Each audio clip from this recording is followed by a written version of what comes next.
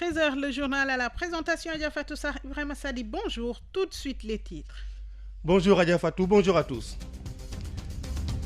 À la une de l'actualité, l'armée en renfort à Kolda pour calmer les conducteurs de moto Jakarta.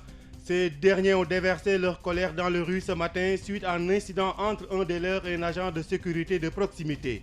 Arrêt du bac de Farafenni en Gambie, la mesure sera effective à partir de demain. Une décision des autorités gambiennes qui suscite diverses réactions à Kaolack, un des points de passage entre le Sénégal et la Gambie. Et puis le Sénégal, indemne de peste bovine depuis des années. Toutefois, la FAO appelle à la vigilance pour éviter sa réapparition. L'agence onusienne et les acteurs de la santé animale sont en conclave à Dakar sur la question. Dans la deuxième tranche, nous aurons les sports avec Tanda Khania et la revue de presse ce sera avec Marianne Senghor. Le développement, c'est tout de suite. Radio Sénégal, l'info en toute responsabilité. Direction Kolda où un calme précaire règne depuis ce matin. Oui, Adja Fatou, un calme précaire. Après la tempête de ce matin, des conducteurs de moto Jakarta ont violemment manifesté dans la commune pour dénoncer, disent-ils, le comportement d'un agent de sécurité de proximité. Ils l'accusent d'avoir projeté un des leurs avec sa cliente sous un pont. La police débordée, il a fallu l'intervention de l'armée pour contrôler la situation. Nous avons en direct dans cette édition Bassirou Kane. Bonjour Ibrahima Sadi. Nous vous écoutons. Voilà, comme vous l'avez dit, donc la situation était très tendue à Kolda avec des barricades qui ont été posées un peu partout à travers les grandes artères, des jeunes incontournables qui ont attaqué le commissariat de police, la mairie, mais aussi le trésor, et d'importants dégâts ont été notés. Il faut dire que c'est depuis hier soir et ce matin également pendant plusieurs heures, ces jeunes se sont confrontés avec les policiers qui étaient débordés. Finalement, le calme est revenu après que les militaires ont intervenu, quadrillant les principales artères. À l'origine du courroux de Jakartamel, un ASP qui aurait bousculé sous un pont un des leurs sur sa moto avec une cliente. Ils disent en avoir assez des multiples tracasseries dont ils font l'objet. Il faut signaler que le conducteur de Jakarta ainsi que la fille qui était sur la moto sont actuellement à l'hôpital régional de Kolda où ils suivent des soins. Et pour ce qui s'agit donc de la fille, des rumeurs qui étaient distillées pour dire qu'il était vraiment entre la vie et la mort. Rien de cela, puisque nous avons même eu la réaction de la jeune fille en question. Il faut dire qu'elle souffre d'une double fracture à la jambe et elle pourrait même être évacuée à Ziguinchor, mais il faut dire que sa vie n'est pas en danger. Et en ce moment même, il y avait eu des discussions entre le préfet, l'adjoint au commissaire de police, mais aussi les responsables des Jakartamiennes pour arrondir les angles. Ibrahima Sadi. Voilà, merci Bassirou Kane en direct de Kolda, la capitale du Fouladou. Et puis, arrêt du bac de Farafenni en Gambie, la mesure sera effective à partir de demain, mercredi. Cette décision des autorités gambiennes pour cause de travaux suscite déjà des avis divers à Kaolack. À la gare routière appelée Garage Nioro, les transporteurs qui vont être obligés de faire le contournement en passant par Tambacounda l'on craint un manque à gagner non négligeable d'Audalé Badjan. On peut avoir 7, 6, 5 départs par jour. Un nombre de départs qui pourrait bientôt être revu à la baisse. Parce qu'ici, il va falloir faire le contournement pour se rendre en Casamance le temps de l'arrêt de la rotation du bac à Farafenni. Pape Ismaël Ndiaye, secrétaire de la gare routière, craint déjà un manque à gagner. Il y en a obligatoirement des gens qui se trouveront dans l'impossible de prendre cette voie. Il y aura un grand manque à gagner. Il y en aura même qui iront au chômage pendant 3 ans. Imaginez un père de famille qui reste 3 ans sans travailler. Il y aura même des marmites qui resteront longtemps par terre. Il propose une alternative. Que si on pouvait faire un arrangement, laisser passer les personnes et les petites voitures, ce serait mieux. Mais couper la traversée carrément, ça ne résout pas le problème. Après, nous sommes avec Pape Nyon, responsable des départs Kaolack Karaïbe. Pour lui, le transport peut se poursuivre, mais... Cela ne va pas nous arranger, mais nous savons que c'est pour faire le pont définitivement. Alors nous n'avons qu'à nous plier à cette volonté. Pape Babacar Ndour, président du regroupement des transporteurs, est satisfait de la poursuite des travaux de construction du pont à Farafenni. On est très content de cette décision et c'est une vieille doléance qui est en train de se faire. Selon lui, le contournement est imminent Il conseille d'abord aux chauffeurs, c'est d'avoir des véhicules qui sont aptes pour faire ça. Et comme Dakar-Ziguinchor par Tamba, ça fait des kilomètres, vraiment éviter de somnoler. Et l'état de santé aussi, c'est pas recommandé de faire ce tour si tu ne peux pas. En attendant l'effectivité de l'arrêt du BAC à Farafeni à la gare routière appelée Garage Junioro, c'est déjà des avis partagés sur cette mesure. Daoudalaye Badiane, Kaolack, Radio Sénégal. La bonne info, c'est Radio Sénégal. 13h passées de 6 minutes, vous suivez les informations sur Radio Sénégal. La FAO, le Fonds des Nations Unies pour l'alimentation et l'agriculture, réunit les acteurs de la santé animale pour lutter contre la résurgence de la peste bovine. La peste bovine est l'une des maladies animales les plus redoutées dans le passé. Elle a décimé des troupeaux de bétail et la faune sauvage en Afrique, en Asie et en Europe. Aujourd'hui, cette peste bovine est déclarée donc éradiquée au Sénégal. Un atelier réunit des représentants de la FAO, du ministère de l'élevage, du directoire des femmes en élevage, entre autres. Il s'agit de présenter le projet de communication pour éviter, vous l'avez dit, la résurgence de cette maladie. La représentante de la FAO, Madame Sylvia Marco, interrogée par Maria Mamane. Nous, en tant qu'unité de plaidoyer, dans le cadre de la division des partenariats, des activités de plaidoyer et de renforcement de capacité, et en particulier comme équipe de communication pour le développement, nous fournissons un appui ultérieur.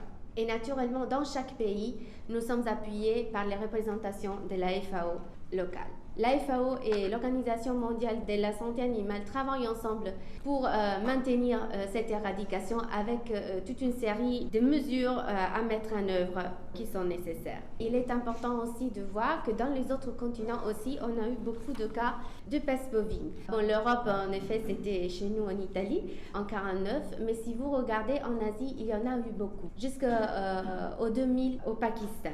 Le projet s'occupe en effet de donner toute une série d'appuis du point de vue normatif au co-secrétariat de la FAO. La FAO est partie du secrétariat qui s'occupe de maintenir l'éradication de la peste bovine avec l'OIE et elle est partie toujours avec l'OIE d'un comité consultatif conjoint. Il y a un important volet communication-sensibilisation. À présent, le volet communication-sensibilisation que nous avons nommé Communication pour le développement, est présent au Sénégal, au Kenya, en Égypte, au Nigeria, en Éthiopie. C'était à l'instant Madame Sylvia Marco, représentante de la FAO, au micro de Mariama Mané. Et à Louga, les problèmes liés à la salubrité et à la voirie dans la commune seront bientôt résolus. Le conseil municipal, qui a voté son budget estimé à 1 milliard de francs CFA, dispose d'une enveloppe de 120 millions de francs de la coopération luxembourgeoise pour la gestion des déchets.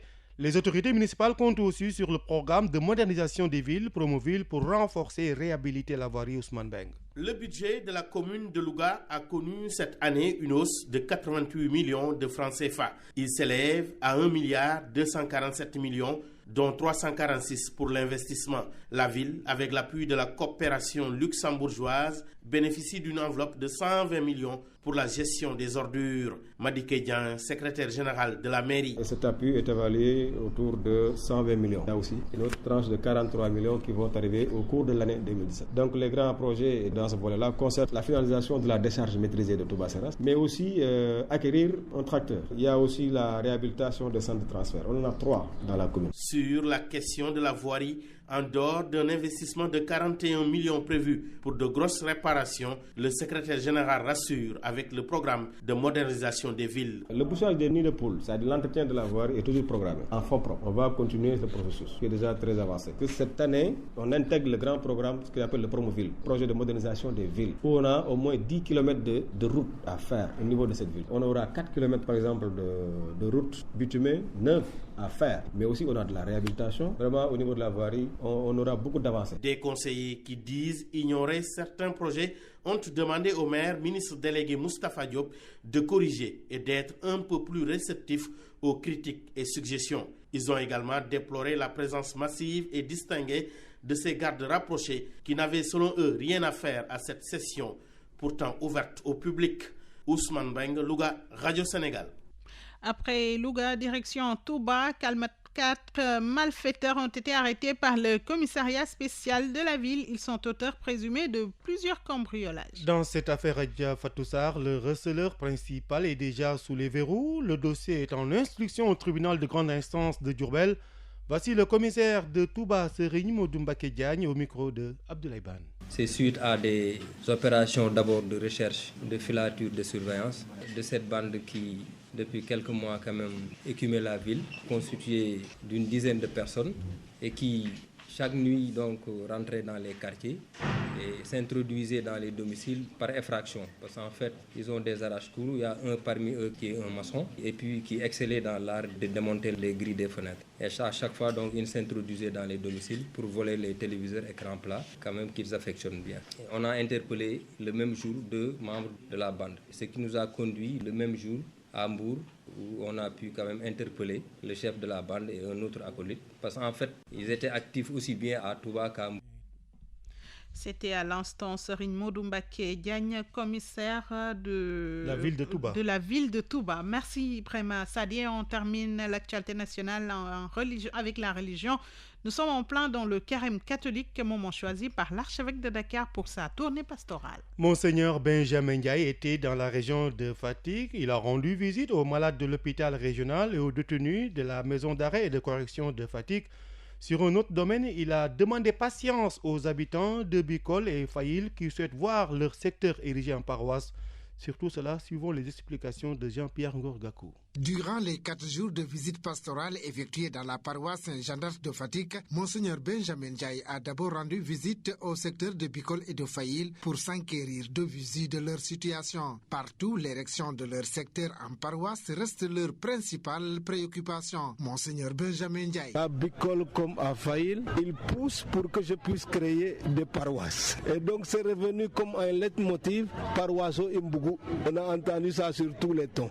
Ça c'est donc en premier aspect, je crois que le peuple de Dieu a l'estime du prêtre et souhaiterait que ce prêtre soit plus proche pour l'accompagner dans son chemin de sanctification. Après une escale chez l'imam Ismaïla Dondé, représentant du khalife général des Tidjanes à Fatick, Monseigneur Benjamin Ndiaye a ensuite rendu visite aux malades de l'hôpital régional et les détenus de la maison d'arrêt et de correction de Fatick où il a formulé des prières. C'est pas gai de visiter une prison, d'avoir à parler à des pensionnaires qui sont là parfois pour des fautes lourdes, mais qui portent en plus de leur peine qu'ils sont en train d'endurer des questionnements de toutes sortes. Alors vous voyez ça à travers le regard interrogatif qui implore presque un pardon, une prière. Et nous avons prié avec les prisonniers, prié aussi avec les malades. Les infrastructures scolaires qui émanent du diocèse n'ont pas aussi été occultées, tout comme le centre hospitalier mental d'Al Khel où une messe a été dite par Monseigneur Benjamin Ndiaye. La visite pastorale a été bouclée par l'installation du nouveau curé Abbé Simoniard qui désormais préside aux destinées de la paroisse Sainte-Jean d'Arc de Fatick. RTS Fatick, Jean-Pierre Ngorgakou. Plus de 36 000 personnes privées de liberté au Sénégal, selon le rapport 2014 de la direction de l'administration pénitentiaire.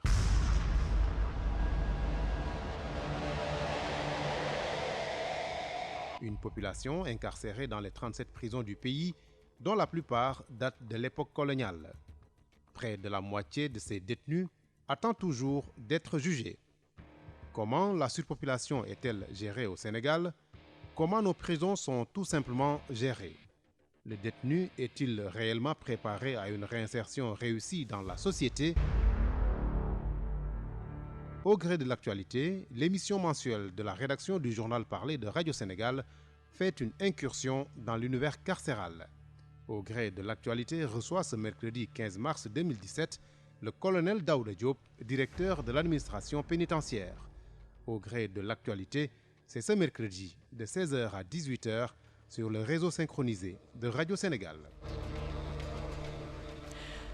Place à présent à l'actualité internationale. Le prochain voyage du pape François en RDC n'est plus d'actualité. En effet, dans une interview accordée à un journal allemand, le souverain pontife en exprime le regret. Il était prévu d'aller dans les deux Congos, mais avec Kabila, ça ne va pas, a déclaré le pape François En revanche, il a confirmé son intention de se rendre au Soudan du Sud dès cette année en compagnie de l'archevêque anglican de Canterbury. Le Soudan du Sud, un pays déchiré par la guerre, compte environ 3 millions de catholiques et 2 millions d'anglicans. La justice égyptienne approuve la remise en liberté d'Hosni Moubarak. Le parquet a en effet accepté hier sa demande de remise en liberté après qu'il a été donc acquitté par la Cour de cassation au Caire. L'ex-dirigeant égyptien avait été condamné à la prison à vie en 2012 pour meurtre et tentative de meurtre sur des manifestants, abus de pouvoir et de biens sociaux et atteinte aux intérêts de l'État. Port du voile islamique, la Cour de justice européenne a tranché ce mardi. Une entreprise peut interdire dans son règlement intérieur le port visible des signes religieux, politiques et philosophiques. C'est pour conserver sa neutralité. La Cour de justice de l'Union européenne, basée à Luxembourg, a rendu son avis dans 2 cas en Belgique et en France. 2 jeunes musulmanes estimant ainsi être discriminés au travail en raison de leur port du foulard islamique. L'ONU pousse un nouveau cri d'alarme concernant les exactions commises en Syrie. La Syrie est en guerre depuis 6 ans. Dans un communiqué, le Fonds des Nations Unies pour l'enfance estime que le degré de souffrance est sans précédent dans ce pays. Des millions d'enfants dans ce pays sont attaqués chaque jour. Leur vie est complètement bouleversée.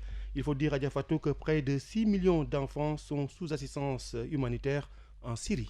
Et voilà, Ibrahim Assadi, c'est la fin de la première partie du journal. Un rappel des titres. L'armée a appelé en renfort à Kolda pour calmer les conducteurs de moto Jakarta. Ces derniers ont déversé leur colère dans la rue ce matin suite à un incident entre un des leurs et un agent de sécurité de proximité. Arrêt du bac de Farefeni en Gambie, la mesure sera effective à partir de demain. Une décision des autorités gambiennes qui suscite diverses réactions à Kaolack, un des points de passage entre le Sénégal et la Gambie. Et puis le Sénégal indemne de peste bovine depuis des années. Toutefois, la FAO appelle à la vigilance pour éviter sa réapparition. L'agence onusienne et les acteurs de la santé animale sont en conclave à Dakar sur la question. Merci Ibrahima Sadi. Je rappelle que vous aurez la revue de presse avec Marianne Senghor dans un instant, les sports. Radio Sénégal, les sports. La page des sports est présentée en direct par Tandakha Ndiaye. Encore heureuse de te retrouver, Tandakha. Voilà, bonjour à tous. Les Lions du basket continuent leur préparation à Dakar en direction du tournoi de la zone 2. Oui, c'est vrai, faut-il le rappeler, un tournoi qualificatif pour l'Afrobasket 2017 à Brazzaville. Mais pour l'heure, la ligne de mire, c'est Bamako. Bamako pour compter dès jeudi prochain. Depuis 12 heures d'ailleurs, techniciens, joueurs, mais aussi fédéraux étaient en conférence de presse au chef de la Fédération sénégalaise de basketball. Et donc, nous y reviendrons avec notre reporter Abidjalo. Mais sachez que certains joueurs comme Antoine Mendy, très excité à jouer son premier match à Marius Ndiaye, et donc à faire les pieds justement et les mains pour se libérer. Une situation assez complexe pour l'encadrement technique qui, en tout cas, est très optimiste, Stéphane Dumas, mais aussi l'autre adjoint. Il s'agit bien sûr de Stéphane Dumas, l'adjoint du sélectionneur, mais aussi l'ailier fort Antoine Mendy qui s'exprime ici au micro de Benoît Badiane. Ça n'a pas été une tâche facile de me libérer. J'ai dû faire des pieds et des mains avec l'aide de la fédération, justement pour imposer à mon club de pouvoir me libérer, parce que je sais très bien que c'est important et qu'on a besoin de cette qualification. C'est pour ça qu'on est là aujourd'hui et c'est pour ça que tout le monde est là et tout le monde est motivé et qu'on a un groupe élargi. Voilà, c'est ces choses-là et je pense que les actes parlent plus que les paroles. On ne va pas se focaliser sur les autres équipes, on va se focaliser sur nous. Quel que soit l'adversaire, on va essayer de développer le même style de jeu qu'on a pu développer depuis que le coach espagnol est arrivé. Donc voilà, les adversaires ils sont là, on sait qu'on va jouer des bonnes équipes. On va se focaliser sur nous, travailler, faire les efforts et arriver à Bamako avec les enjeux qu'il y a et en étant prêt. Moi j'étais très content quand ils ont annoncé que ça allait être comme ça parce que ça va nous permettre un peu de jouer aussi à la maison. Moi j'ai jamais pu jouer encore un match officiel ici devant les fans. Donc ouais, c'est excitant et moi je suis très content. C'est pour ça que j'ai vraiment tenu à venir parce qu'on fait des baskets pour des moments comme ça. Et je sais que le tournoi, ça va être beau et en tout cas moi je joue au basket pour pouvoir vivre des moments comme ça. Il y a 3 autres joueurs qui vont arriver la semaine prochaine par rapport à leur club. C'est compliqué et surtout en Europe que les clubs libèrent leurs joueurs quand ils les payent tous les mois et que le club a des obligations de résultats parce que ça a des conséquences économiques terribles sur le club. Donc c'est difficile. Mais bon, on a réussi à avoir les joueurs qu'on voulait pratiquement, donc c'est encourageant pour la suite. Voilà, et comme Adja Fatou Sarr, on peut, comme quoi, et donc on peut enlever l'homme de son pays, mais on ne peut pas enlever le pays du cœur de l'homme. En tout cas, bravo à Antoine Mendy, exemple de patriotisme.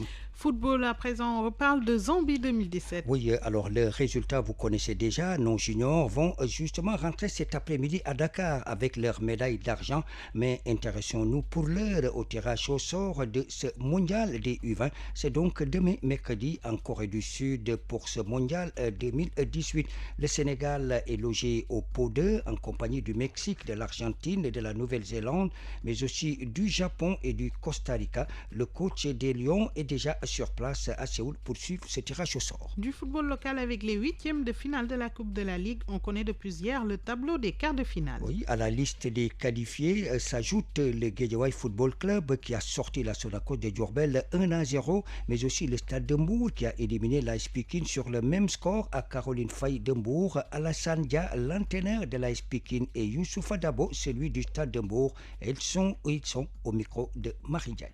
On a gagné 1-0, on aurait pu gagner 3, 4-0. On gagne 1-0, mais je pense que c'était pas difficilement parce que l'adversaire nous a pas mis trop en difficulté. On a su gérer en tout cas derrière les quelques situations que l'adversaire a eues. Après nous, on manque d'efficacité devant, mais le score aurait pu être beaucoup plus large que ça. Cette victoire nous permet en tout cas d'avancer sur cette compétition qui fait partie des objectifs parce que quand on parle d'objectifs, c'est les 3 compétitions dans lesquelles nous sommes engagés. Et tant qu'on existe en tout cas dans une compétition, on va le jouer au fond. Je pense que c'est un match où on était bien en place et je pense qu'on a fait également le match qu'il fallait faire. Malheureusement, bon, sur un compte de l'adversaire, on a commis une erreur de défense et puis voilà, le but est entré. Et c'est suite d'ailleurs à une situation de but vraiment très favorable, très claire que nous avions. C'est-à-dire que c'est nous qui aurions dû scorer et en fin de compte, cela prouve encore une fois que j'ai des joueurs quelque peu naïfs dû à la jeunesse, parce que la plupart quand même c'est encore des juniors d'ailleurs cette élimination et c'est dommage parce qu'il y avait un coup à jouer, mais on retient quand même le contenu pour la suite. Voilà, contre mauvaise fortune, bon cœur, Alassane Dia, l'entraîneur de l'équipe de l'AS Pikine. En ce qui concerne le reste des qualifiés, on va retenir le Casasport Génération Foot, l'US Ouakam qui a ouvert la succession de Djambar, Niariteli et l'équipe de Dakar Sacré-Cœur. On termine par la Ligue des Champions en Europe. Un programme alléchant attend ce soir les férus de football. Oui, tout à fait grande soirée de football avec les huitièmes de finale retour de cette Ligue des Champions. En outre-Manche, l'équipe de Leicester, le champion anglais qui accueille les Espagnols du FC Séville en Italie, la Juventus de Turin qui attend de pied ferme l'équipe de Porto, vainqueur à l'aller 2-0. Et donc sur ces deux succulentes rencontres, le coup d'œil est signé Bassirou Sylla. Juventus Porto, le match des leaders. À l'aller, l'actuel champion d'Italie est allé dominer son alter ego portugais, le FC Porto 2-0. La Juve part pour ce dernier match en huitième de finale avec un grand avantage, d'autant plus qu'elle joue à domicile. Le moral de l'équipe est au beau fixe, même si son défenseur central, Giorgio Chiellini, serait incertain car ayant contracté une blessure musculaire. Ne serait-ce pas là une brèche pour s'y engouffrer à cœur joie? Le FC Porto, en tout cas très en verve en championnat, expérimente depuis sa défaite en Champions League des formules qui lui conviennent. Le 4-2-3-1, par exemple, a fini de mettre en bonne posture l'attaquant brésilien du FC Porto, Tiquinho, qui avec ses nombreuses réalisations est élu meilleur joueur du mois dans le championnat portugais. Ce système de jeu met aussi à l'aise l'Algérien Yassine Brahimi, qui affiche la grande forme dans le milieu de terrain. Ses performances du Porto en championnat ont fini de relever le moral de l'équipe. Leicester FC Séville, l'autre huitième de finale retour du jour. À l'aller, les Andalous l'avaient emporté devant les Fox 2-1. Une défaite de Leicester qui s'ajoute à sa saison calamiteuse. Conséquence, le coach italien du club Ranieri est licencié. Depuis, l'équipe se remet petit à petit de ses peines avec des victoires en championnat sur Liverpool et Hull City. En Champions League, les coéquipiers du Ballon d'Or africain Riyad Mahrez veulent revivre un conte de fées avec cette fois-ci leur nouvel entraîneur par intérim, Craig Shakespeare, pour écrire encore une nouvelle page du club. Leicester FC Séville, c'est bien un match ouvert. Voilà, Bassirou, c'est là. Et ça se termine demain, justement, à Vicente Calderón, avec un explosif Atlético Madrid, Bayer Leverkusen. Et puis en France également, gros match demain au Rocher, avec la venue des Citizens de Manchester. Ce sera face à l'équipe de Monaco. En tout cas, qui voudra, cette équipe de Monaco, laver l'affront, puisqu'il y avait à l'aller 8 buts dans une rencontre. Et le score, faut-il le rappeler, c'était 5-3 en faveur des Citizens. Merci Tanda Khanya, c'était la page des sports. Radio Sénégal, la revue de presse. C'est avec Marianne Senghor. Le programme d'urgence de développement communautaire va bénéficier pour sa deuxième phase d'une enveloppe de 300 milliards avec une contribution de 60 milliards de francs CFA de la Chine. D'après Le Soleil, l'annonce a été faite hier par le Premier ministre Mohamed Boun Abdallah Dionne lors de l'atelier régional sur la capitalisation. Face à la profondeur des inégalités et des disparités de divers ordres entre le milieu urbain et le monde rural, le quotidien national nous apprend que Macky Sall a décidé, avec l'accompagnement du PNUD, d'élaborer et de mettre en œuvre le PUDC. Selon le quotidien, 18 pays africains prennent part depuis hier à cet atelier de capitalisation sur le PUDC. Le Premier ministre en a profité d'ailleurs pour rappeler que c'est dans un contexte de rareté des ressources que l'État a financé la première phase du PUDC sur fonds propres pour un montant de près de 120 milliards de francs CFA. Par ailleurs, Le Soleil nous apprend que le chef de l'État sera en Suisse du 19 au 22 mars. Et pour un nouveau regard sur l'Afrique, il sera l'hôte de l'Université de Genève où on peut lire sur son site « L'Afrique a pour ambition de se positionner comme un acteur important sur la scène mondiale ». L'annonce est donc partout selon Le Soleil qui note que cette visite du chef de l'État circule au rythme des transports publics genevois. Ouverture des travaux du Haut Conseil des collectivités territoriales, les 150 membres du HCCT entendent mettre à profit leur conclave de 2 jours pour élaborer un plan stratégique de leurs activités durant leur mandat de 5 ans. Dans Le Soleil, le président du Haut Conseil déclare que cette institution, en tant qu'assemblée consultative chargée d'étudier et de donner des avis sur les politiques de décentralisation, constitue à ses yeux le maillon qui manquait à la chaîne des réformes sur la décentralisation. Selon le quotidien, lors de l'ouverture des travaux du Haut Conseil, Ousmane Tanor Dieng a tout fait pour éviter d'évoquer l'affaire Khalifa Sall. Selon Walf Quotidien, le secrétaire général du Parti socialiste est plus préoccupé par son bébé, entre guillemets, qui est le HCCT, que par son camarade de parti qui est en prison depuis maintenant une semaine.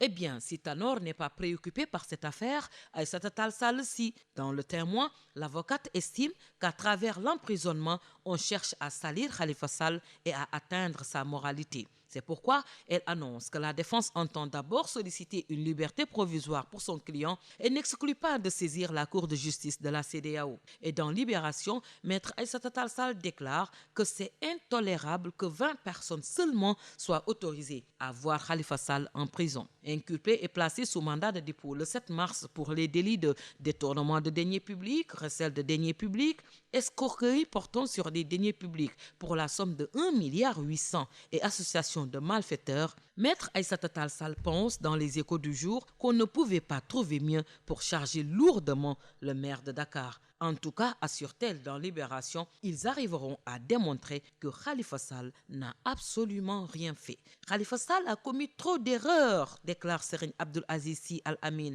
Le porte-parole des Tidjanes avance dans l'Observateur qu'il l'avait instruit de ne pas faire de conférence de presse, mais il a trop vite parlé. Dans l'As, le marabout révèle qu'ils ont demandé l'indulgence du chef de l'État sur le cas Khalifa Sall et précise que Tivaouane n'a jamais exprimé une quelconque colère envers qui que ce soit. Après Khalifa Sall, le Direct Info nous apprend que le directeur général du COUD, Cheikh Oumar Anne, sera bientôt convoqué par le parquet. Des manquements graves dans sa gestion administrative et financière sont décelés par le rapport de l'OFNAC 2014-2015. Il risque gros, écrit le journal. Coïncidence ou agneau du sacrifice? Eh bien, c'est la question que se pose Direct Info. Pour ce 13h, merci à l'équipe technique Tiabasek Dramé, Marie-Claire Sen, Sedem Omar Sow, réalisation Benoît Badian, André Noël Tchandoum, présentation Ibrahima Sadia Diafatou Sarr. Merci d'avoir suivi ce journal. Les programmes se poursuivent sur nos différentes antennes. Excellent après-midi à toutes et à tous.